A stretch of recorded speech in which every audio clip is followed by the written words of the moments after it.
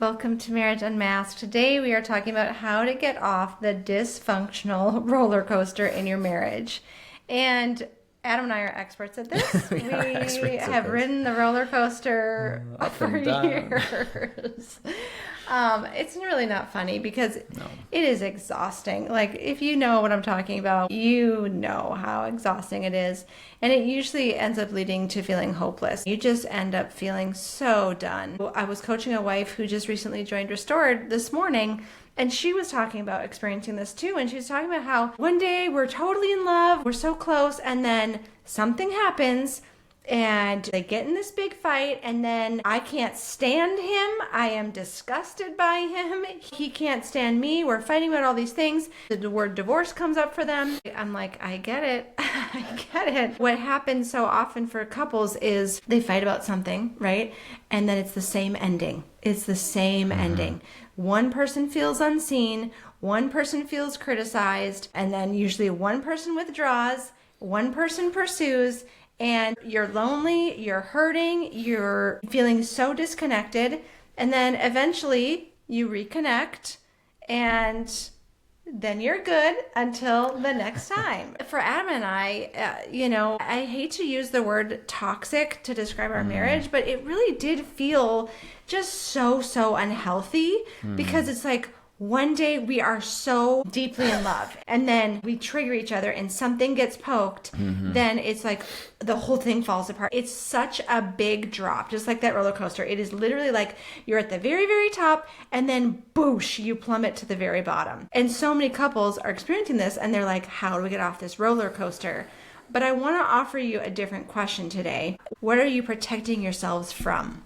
Because that's really at the heart of why you're on this roller coaster. Yeah, like Kara said, the dysfunctional way that you're showing up has a root cause in protecting yourself. There's something there that is putting you into this protection mode where you have your shield up and your armor on, and you're trying to not feel something inside. You don't want to feel chaos in a relationship, so then you go to a protective mechanism of control. So you try to control things so that you can prevent chaos from happening. You maybe go to anger because you're trying to protect from feeling powerless, from feeling weak, like you can't change something. And so anger makes you feel powerful again. Maybe you use the control mechanism of emotionally distancing yourself from someone because you're trying to protect yourself from feeling hurt.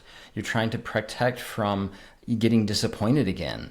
And so rather than get disappointed, I'm just going to withdraw into myself. I am not going to be vulnerable. I'm not going to let them see that side of me again.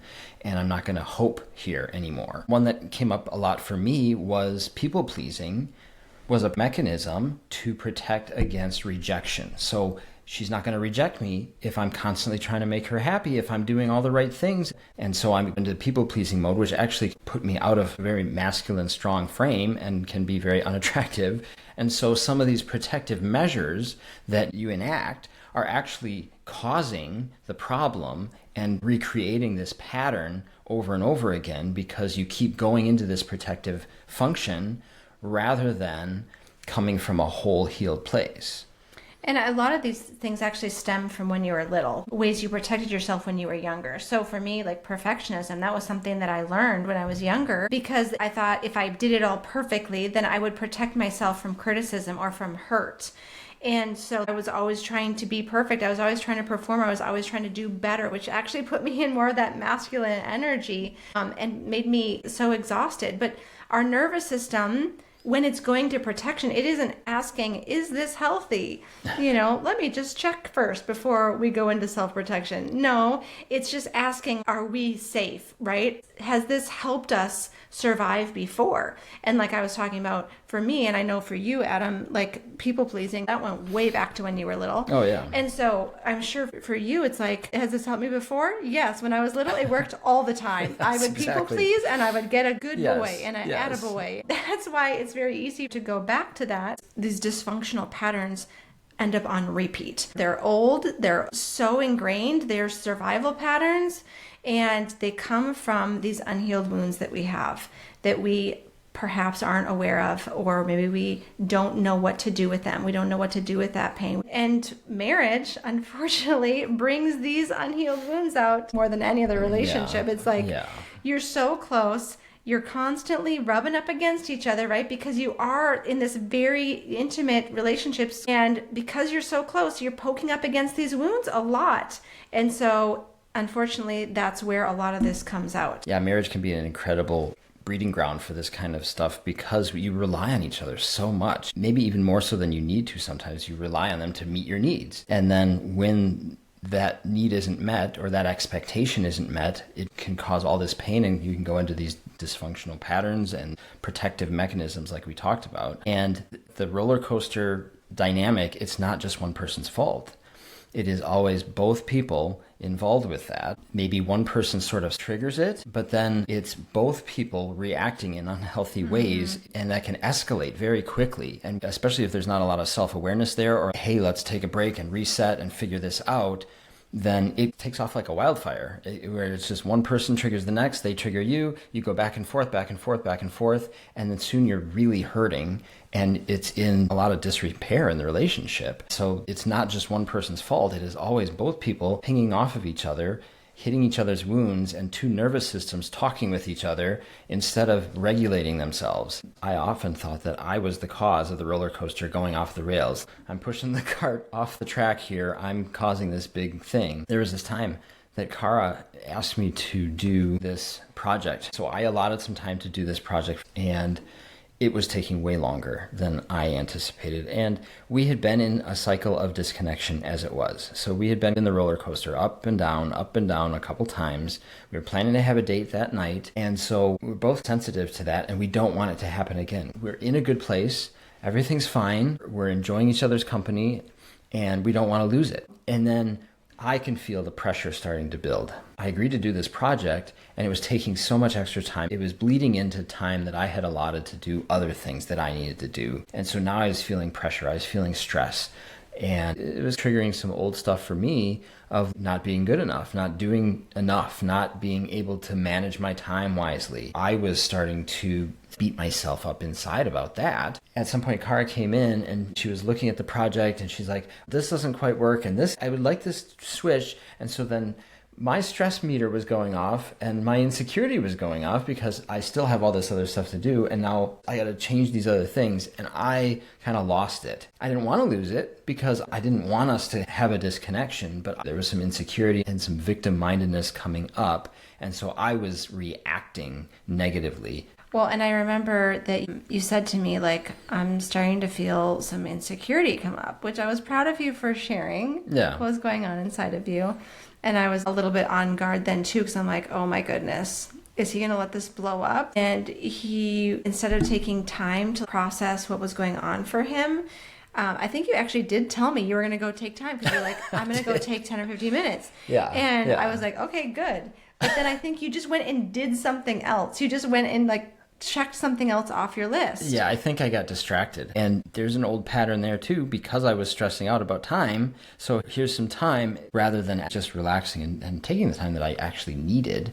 I didn't do that. So then when he came back in, it's time for us to go on a date, and I'm like, what's going on? I'm just like feeling this is not going the right direction. Little things like that would trigger us, because it's like these patterns, we're so on guard with each other, because it's like, what's he going to do? And he's like, what is she going to do? Is she pressuring me? Is she criticizing me? And I'm like, is he freaking out? Is he going to lose his mind? You know, like, what's happening here? And so I reacted in a way, it's so subtle, like such little things that you wouldn't think are a big deal, right? But I reacted in some way. Maybe I said something and he immediately felt criticized, but I was reacting that way because I was feeling unsafe, and I'm like trying to check, is he safe? Is this going to be okay? But he took it as just another thing to add to the pressure. And then he withdrew because he didn't feel enough. And so his withdrawal confirmed my fears about feeling unsafe. And my criticism just confirmed his fears that he's not enough. Right. And then Kara also withdrew too at some point. And so then that confirmed the fact that I'm the problem. She doesn't even want connection with me. And so like this is the pattern. This is how this stuff breaks down and can spiral out of control. It's not one person's fault. It's both people. One person maybe starts the ball rolling, but both people start to kind of lose it and go into those protective measures again. Mm-hmm. And for us, I think part of that, the sensitivity, the being on guard, is because this has happened for years, right? We've been married for 20 years, and for 15 plus of those years, this was happening regularly, and we are very sensitive then to what they're going to do that's going to hurt us. So that fear is great. And it ended up ruining our entire weekend. It ended up, we were in disconnection the entire weekend and into the next week, because then we just continued to trigger each other, right? It just kept amping up, and the disconnection just continued. And it wasn't like we were intentionally trying to hurt each other then. It was like the space, though, that you end up creating, like, okay, let's just take space. That ends up being painful too. Yeah. Because you know what beautiful connection you want and what you can have, and you're missing that. And that's painful. And so this might be what you're experiencing, or maybe you're experiencing where one spouse is over functioning and one is under functioning, and that can trigger, right? Yep. You're like always on guard, like, are they not doing enough? What are they doing? I'm overwhelmed. I'm overburdened. Or maybe it's like one is more like a parent and one is acting more like a child. And so you're on guard and you're trying to protect against those things. And that affects the polarity too. One person's a parent, one person's a child. Okay, the attraction is gone, right? Or one's under functioning, one's over functioning. Again, attraction gone. And what we see a lot of times with this cycle is like, each spouse is trying to solve their own pain, right? You're trying to, like Adam, he was like, okay, I'm going to take some time. I'm going to go and regulate. And for me, later on, I was like, okay, well, we need space here. And I'm trying to solve for my own pain, but what I'm doing is I'm accidentally feeding his pain, because now me saying, okay, we need space is just confirming, yeah, I'm not enough. She doesn't even want to be with me. And so whether that's intentional or unintentional, whether it's really coming out very boldly in criticism or blaming, or whether it's unintentionally feeding it, it doesn't help, right? It doesn't fix anything. It's also not helpful for one person to feel like it's all their fault. And that is what we see in couples a lot of times too. It's like one person goes to blaming the other. And in our relationship, it's been me. It's been me going to blaming Adam. It's very easy to do that because a lot of times it very clearly looks like he is to blame because he's not doing what he said he was going to do, or he's broken trust. And so it's very easy to blame, but I also can take ownership for my pain and healing my pain and how I'm feeding the stories that are going on. Blaming never works. It's never helpful to just blame one person for the roller coaster. Yeah, and blame just can create shame, and shame can create more blame, and those two things can really like flip back and forth. And something to talk about with this whole topic is really the stories, because the stories and the assumptions that you're making about your spouse are a big driving factor in staying in the roller coaster, because you are almost looking for the ways that they're confirming that painful story for you and the reason that you need to protect yourself and go into a shutdown or go on the offensive. And so being aware of those stories and the old stories, the ones that you've told yourself over and over and over again in your marriage, can be a really big key part of stepping away from the roller coaster, is understanding those stories and why they're coming up. I mean, for me, it's a story of I'm never enough. I can't get anything right. She is going to be angry no matter what I do. I'm not enough for her. A lot of times, that's a story that I would say over and over again. It doesn't matter how much I try, it's not going to be enough. Mm-hmm. Yeah. And I know for me, a lot of times, the story that kind of goes into this is like, he's not handling what he needs to handle. He's not handling his business. He's not handling his life. Yeah. I can't relax into him because he's a mess. He's not managing any of his responsibilities. He needs me to help him with everything. And those stories, they're not helping. And there's a reason why our brain is offering them to us. But it's so powerful to know, hey, I don't have to keep believing that. Yes, there might have been a reason, right, that your brain offered it to you. There might be a reason why in the past self-protection was useful. but is it useful now? And is that story helpful now? Because it's probably leading you to feeling really hurt and to choosing acting out of who you really are and leading to a lot of disconnection in your marriage. So you get to choose, right? You take your power back and say, do I want to keep believing that? Or what else could be true here?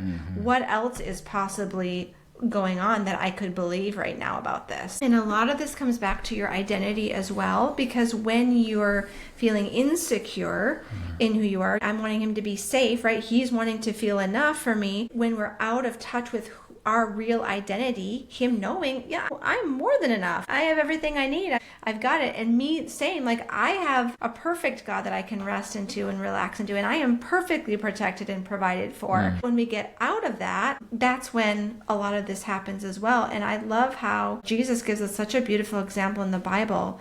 He had every right to protect himself. He was literally being attacked, but his identity was so strong, and he wasn't allowing anything to impact his identity and who he was at his core and his purpose. He was so strong in that. He was so firm in that. Yeah, and Jesus, as the Son of God, he had every right to protect himself in many different situations. I mean, Judas was going to betray him. He even knew about that. He knew Judas was going to betray him. He could have protected himself from Judas in numerous occasions, and he would have had every right to do so.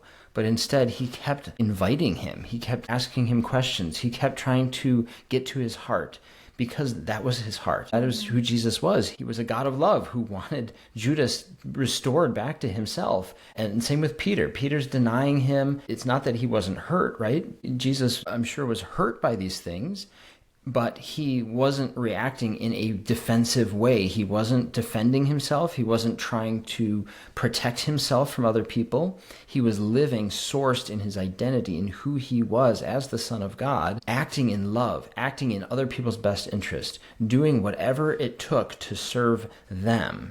And I mean, that even was obvious on the cross when he's dying for the sins of the world, and he's saying, Father, forgive them, for they don't know what they're doing. Rather than trying to protect himself from the insane pain that he's going through, he is rooted in his identity, rooted in his mission of what he's doing to love and to save a world full of people.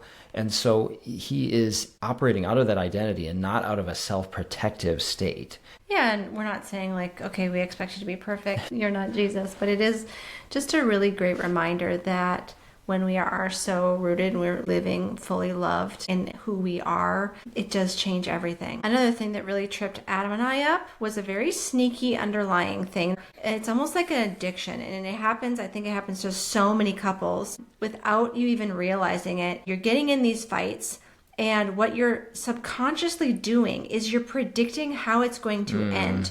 Like, you want it to be certain rather than uncertain. Like, nobody wants to be wondering, like, oh my gosh, what's going to happen next? Is he going to do this? Is this going to fit? Like, we would rather just say, this is going to end up bad, right? Like, okay, we're going to end up separated. We're going to end up sleeping in separate rooms tonight. That feels safer. Predicting that, even though that's painful and that's uncomfortable and it might feel miserable, it feels better to know, okay, I can prepare and I can protect myself. All right, so this is what's going to happen, and I'm going to already be in this posture. That feels safer than when you're like, I don't know what's going to happen. You know, your nervous system doesn't like that. And so subconsciously, you're predicting already how it's going to end.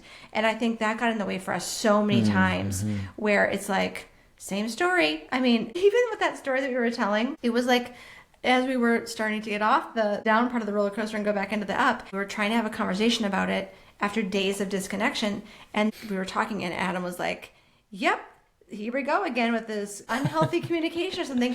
I could see it in him where he was already predicting, we don't know how to communicate. This is going to end badly. We're going to be on two different pages here. She's going to say this and I'm right. And so that's what our brain goes to, but that doesn't help us. Then we just stay on the roller coaster and we're reliving the same pattern over and over and over again.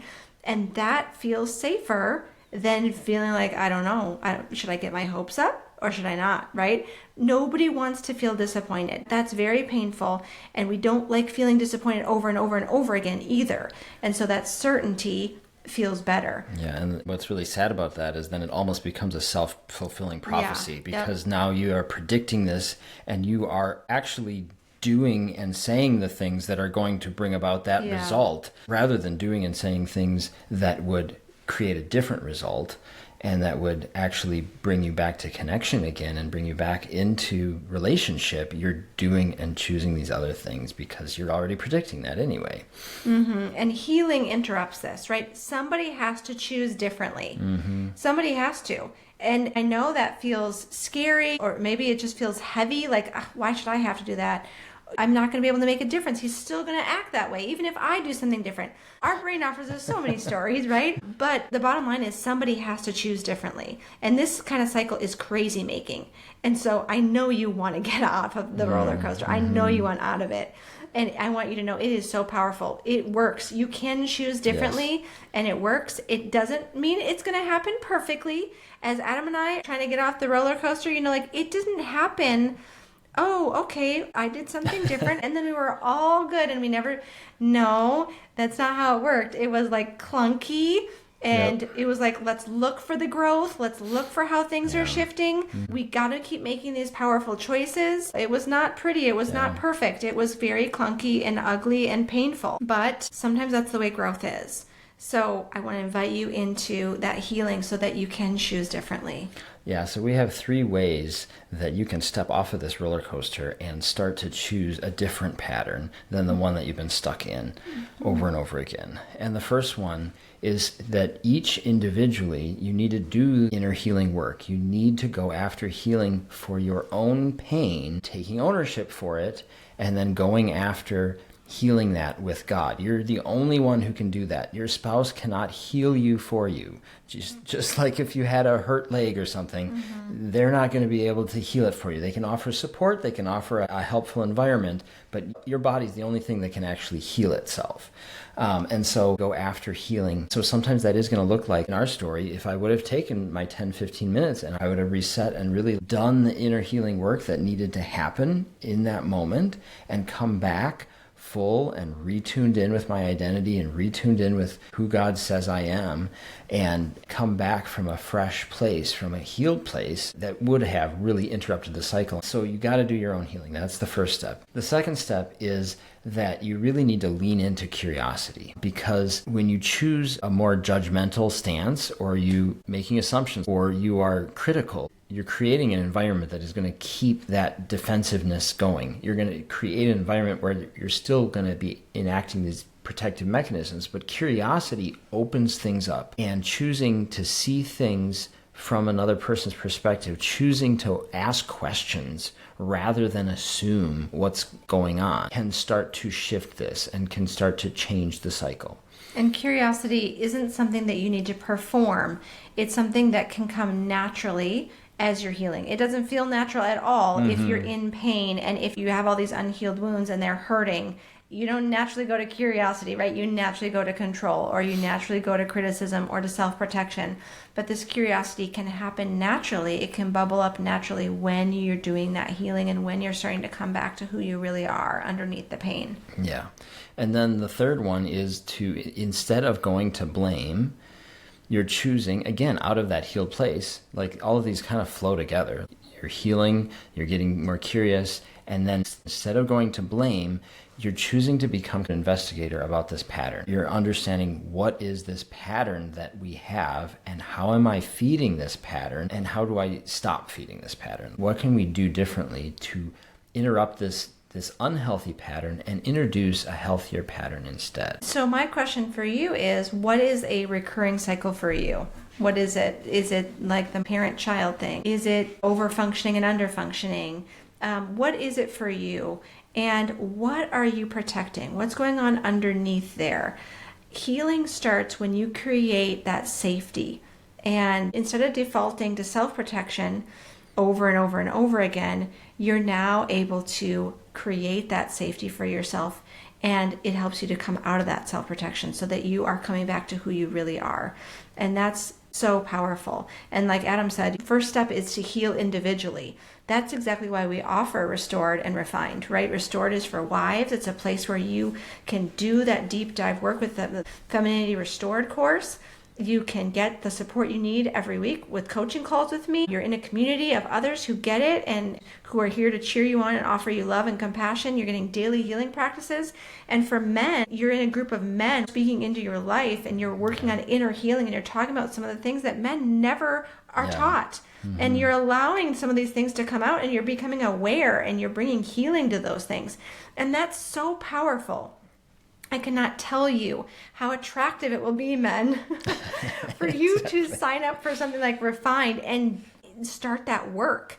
You taking that initiative and inviting in that healing, man, it's so attractive. Yeah, and I know that firsthand because I've seen some of the stories of guys who are starting to shift things and transition into a healthier version of showing up in their marriage, and the responses from the wives, they're starting to get invested in the relationship again, and people who have been separated for a long time are starting to find ways back to each other again. It's very transformational, and so I love seeing that. Refined is an awesome place to do that healing and to go after it intentionally, again, like within in your healing course and with the one-on-one support and all those things as well. And in this whole topic of this roller coaster, it's just important to remember that protection is the name of the game. Like, you're protecting each other, or you're protecting yourself from more pain, and protection is always connected to fear. You're afraid of something. You're not feeling okay inside, and you don't want a certain result, and so you're trying to protect yourself from this pain, and you're afraid. But like the Bible says, perfect love drives out fear. And so when you begin to live loved, when you are so full of God's love and the sense of identity that you have in Him, then this starts to break that pattern, and you start to live out of that identity and out of that fullness and that wholeness. You live loved again. And that is the way to really break out of this unhealthy pattern and this roller coaster that you're on, is when you start to live that way. And that is our prayer for you, is that you break out of this cycle. And we hope that this podcast has been really helpful for you in understanding this cycle a little bit more. And maybe there was a few moments where you were like, yep, okay, I can see that. I can see why this is happening in our relationship. So if this was helpful for you, please hit like, subscribe to the podcast to keep getting episodes like this, and share with somebody who needs this kind of information for their marriage. We want to transform as many marriages as possible. And so we'll see you next week with another great episode of Marriage Unmasked.